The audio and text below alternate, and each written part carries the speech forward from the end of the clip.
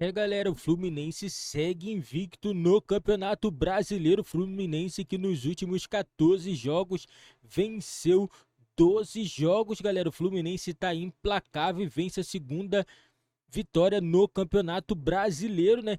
E deixou a equipe do Paulo Turro Atlético Paranaense com 3 pontos. A equipe paranaense só venceu na estreia do Brasileirão, né? O Fluminense vive uma fase muito boa e isso se dá ao bom trabalho do técnico Fernando Diniz, que tem aí o Fluminense como o melhor clube do futebol brasileiro, né? Pelo menos o melhor futebol apresentado no futebol brasileiro tem sido o do Fluminense, galera. Vamos acompanhar aqui um debate do programa Sport Center do ESPN falando tudo sobre esse jogo entre Atlético Paranaense e Fluminense, né? Fluminense Atlético Paranaense, o jogo foi no Maracanã, 2-0 para o Fluminense, galera. Vou deixar o link na descrição também, cresce direitos autorais ESPN do Grupo Disney. Amplo em relação a isso. Acho muito difícil dizer não à seleção brasileira, mas eu também acho que tem a história do Abel. Se eu estivesse ali na presidência da CBF, eu acho que o primeiro dava uma ligada ali na academia de futebol. Mas, bom, vamos seguir falando de futebol. O Elton também tem que falar desse Fluminense.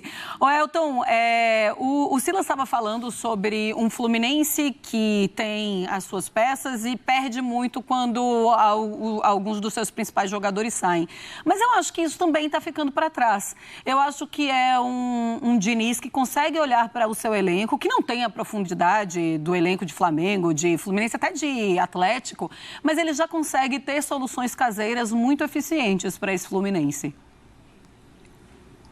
Concordo. E a gente pode citar 2 exemplos, né? Eu acho que o exemplo mais emblemático dessa temporada é o Lima. Lima foi contratado, jogador do Ceará, ponta, um segundo atacante, muitas vezes usado até como um falso 9.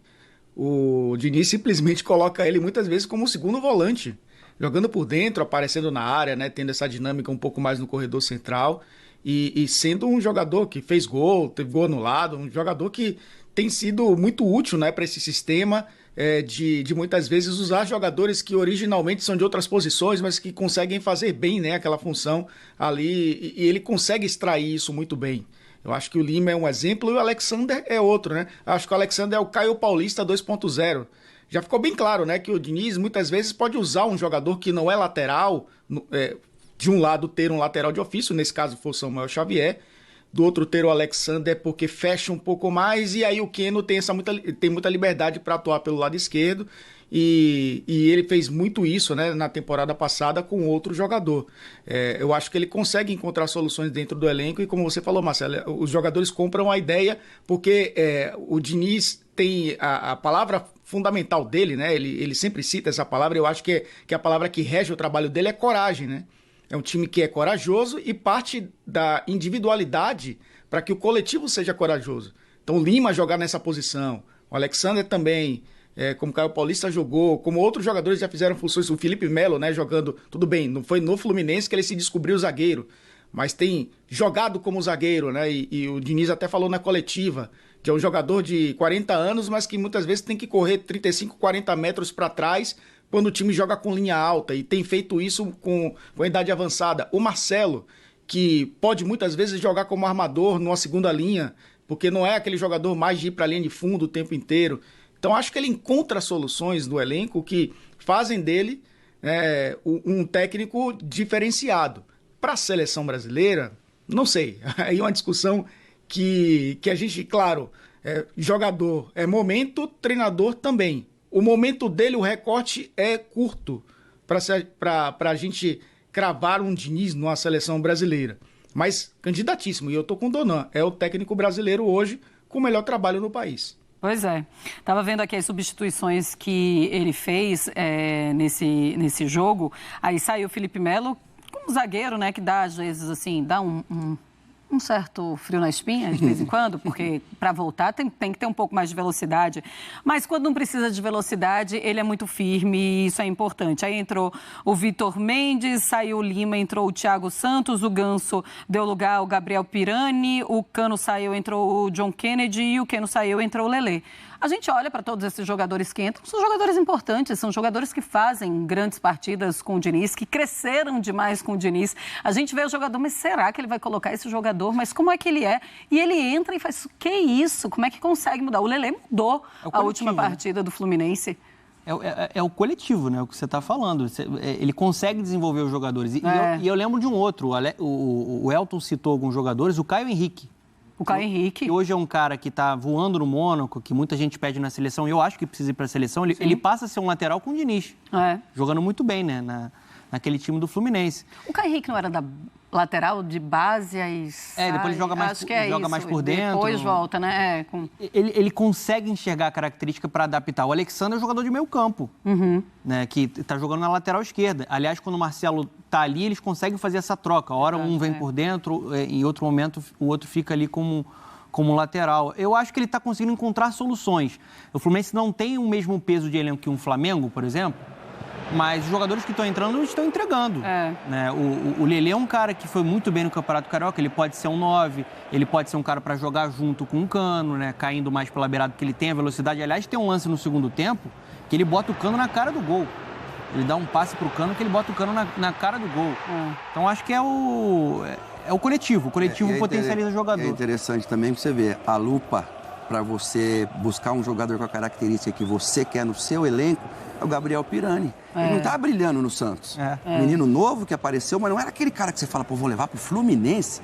E aí o Diniz vai, quero esse jogador, sabe, pra ir colocando e dando moral pra ele. E ele tá muito bem lá. Assim como Samuel Xavier passou a jogar no Fluminense com ele. Pois é. Também.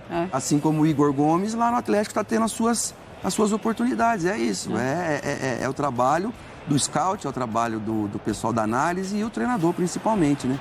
Até o David Braz. Olha, vamos para a zona mista, então, do Fluminense. O Lima falou por lá, o Thiago Santos falou também, o Arias. Vamos ouvi-los. É uma marca muito importante para mim, um motivo de muito orgulho completar 100 jogos com a camisa Fluminense, uma camisa que representa muito para mim, que realmente eu fico grato com Deus por me proporcionar momentos como hoje, e mais do jeito que foi, com uma vitória importante, uma vitória bastante trabalhada contra um time como é Atlético Paranaense. E bom, desejando que sejam muito mais sucessos, muito mais jogos, muito mais goles, assistências e títulos, porque com certeza este ano estamos brigando por tudo. Eu já sabia que ia chegar com uma certa desconfiança, mas no futebol é como qualquer trabalho, você tem que estar feliz para trabalhar e dar o teu melhor. Então acho que aqui eu estou me reencontrando, estou tendo a felicidade do futebol. Quando você está num lugar que você sente em casa, é claro que tudo tem a melhorar, tudo tem a crescer. E é isso que eu busco fazer aqui. É claro que, igual eu falo, eu não sou um craque, mas eu sei que eu posso contribuir com a equipe do Fluminense. Eu tenho certeza, igual eu falei, que a gente vai colher muito fruto bom esse ano. Muito feliz pelo gol, pela vitória. É uma honra estar jogando aqui no Fluminense, é uma grande equipe. E sobre as posições, eu já falei em outras entrevistas, não vejo problema algum, já falei com o professor Diniz. Jogava de ponta, meia ou segundo volante, indiferente para mim. E, enfim, muito feliz pelo momento, pela vitória. Agora é seguir e pensar no Paysandu. E sobre a vantagem, 3-0, resultado importante. Mas já joguei contra eles lá, é muito difícil. Como eu falei, com esses jogadores lá, sei da qualidade deles. Contrataram agora o Giovani, tem o Ricardinho que eu joguei junto no Ceará. É uma equipe difícil, então a gente vai buscar fazer a vitória para buscar a classificação. Olha os números da defesa do Fluminense na temporada. Tem 20 jogos, 12 sem sofrer gols, 60%. Gols sofridos a média de 0,50. Tem 10 gols sofridos apenas nesses 20 jogos. E ele não sofreu gol nas últimas 4 partidas. O pessoal que dizia que o Fernando Diniz levava muito gol, acaba essa história. Melhorou. A gente falou sobre isso aqui. O Diniz sempre teve ótimas ideias com bola. Isso todo mundo enxergava, mas ele sofria muito com contra-ataque adversário, que a linha dele joga alto. Então ele sofria muito na hora de correr para trás. Nesse Fluminense, ele está fazendo o melhor trabalho da carreira dele, porque ele conseguiu encaixar muito bem o sistema defensivo. O time tá jogando... 10, às vezes 5... A gente precisa lembrar que no jogo contra o América, os primeiros minutos do jogo, o América era para ter feito pelo menos 3 gols, né? O América Mineiro. Lá. Lá em Minas agora, o primeiro jogo. Porque saídas erradas, ou seja, ainda existe um pouco de dificuldade da defesa entender a hora de dar um chutão, a hora de fazer uma virada de jogo, a hora de jogar a bola. A gente viu hoje Hoje foi o América, que né? Passe no zagueiro, foi atrasar no goleiro no Matheus e o Marcos Paulo entra e faz o gol. Então o Fluminense, mas o Diniz, eu acho que melhorou 70%, porque no São Paulo teve muito problema com isso aí, inclusive era motivo de muita reclamação geral. E aí a gente julgava o trabalho do Diniz, por conta dessa, assim, essa insegurança que trazia para a defesa. Hoje não. Hoje a gente vê muito menos isso no Fluminense e tenho certeza que, assim como a gente falou que o Dorival vai observar a defesa do São Paulo, que sofreu muito, o Diniz também está trabalhando para que isso cada vez aconteça menos, né? Essas bobeiras ali atrás na saída de bola principalmente. Pois é, encaixou, Elton. É um Diniz que agora acaba e deixa para trás essa história que não é também um treinador que sabe se defender? Vamos lá, grande parte desse início de temporada do Fluminense foi jogando estadual. Teve jogo Copa do Brasil, 2 jogos de Libertadores e agora 2 jogos de Brasileiro. O recorte é pequeno, mas há uma evolução e a gente percebe a ideia. É um pouco do que o Donan falou. Eu não vou precisar agora, mas estava olhando mais cedo os números do Fluminense na temporada, somados, né, fazendo a média. O Fluminense tem uma média de quase 65% de posse de bola por jogo. E aí a questão da defesa está aí, né? Se você tem a bola, você sofre menos riscos. Então o risco de sofrer gols, digamos que é de 35%. A não ser que um jogador faça um gol contra, né? Um passo para trás e faça um gol contra.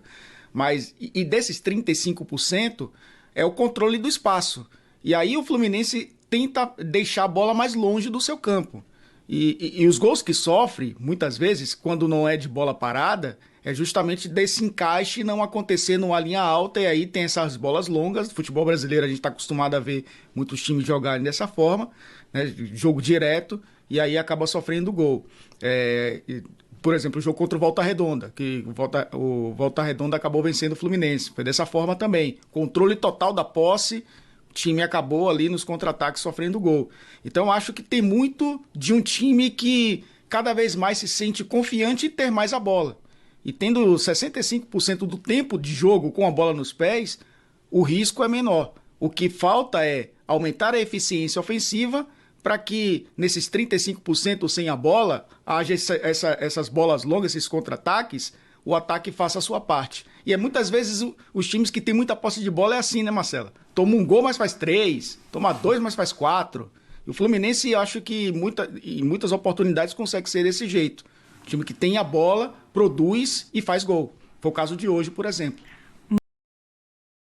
Galera, é isso aí mesmo. O time do Fluminense é um time muito bem, né, ofensivamente, por isso toma poucos gols, porque o time do Fluminense sempre está com a bola, né? Boa parte do jogo tá com a bola nos pés e por isso a equipe do Fluminense consegue ter resultados muito bons, né? E nos últimos jogos tem mostrado, o Fluminense tá com a média acima de 2 gols por partida, né? E o Fernando Diniz tem conseguido trabalhar muito bem essa equipe do Fluminense. A falar a verdade, o Fluminense é o time a ser batido nesse ano de 2023. É o time que tá encaixando, tá redondinho, tá desde o ano passado, né? Muito se falava, o técnico Fernando Diniz não consegue completar um trabalho, sempre a equipe oscila muito e vai só descendo de produção. Esse ano não. Esse ano a equipe iniciou muito bem e tá só subindo de produção. Tá só numa crescente, tá muito bem na Libertadores, já venceu 2 jogos, tá bem também no Campeonato Brasileiro, venceu 2 jogos. Na Copa do Brasil, tem um resultado muito bom, venceu por 3-0 a equipe do Paysandu e agora tem um jogo de volta que, na minha opinião, vai ser muito tranquilo para a equipe do Fluminense, né? E é isso aí, já a equipe do Atlético, o Atlético Paranaense também tem tido uma campanha muito boa na temporada, mas, como todo mundo sabe, o torcedor paranaense, ele não aceita, né, o campeonato estadual, né, como parâmetro para a equipe na temporada. O torcedor, mesmo a equipe vencendo invicto, né, o campeonato paranaense, o torcedor tem cobrado a equipe do Atlético, tem cobrado também o técnico Paulo Turra, que na minha opinião até o momento tem feito bom trabalho. Hoje não conseguiu bater o time do Fluminense, que na minha opinião é uma equipe muito forte, é uma equipe que, se continuar nessa pegada, vai ser muito difícil alguma equipe te conseguir tirar pontos do time do Fluminense. Galera, e coloca nos comentários a opinião de vocês sobre esse jogo entre Fluminense e Atlético Paranaense. E não esqueçam também de se inscrever no nosso canal e ativar o sininho das notificações para você não perder nenhum vídeo aqui do nosso canal.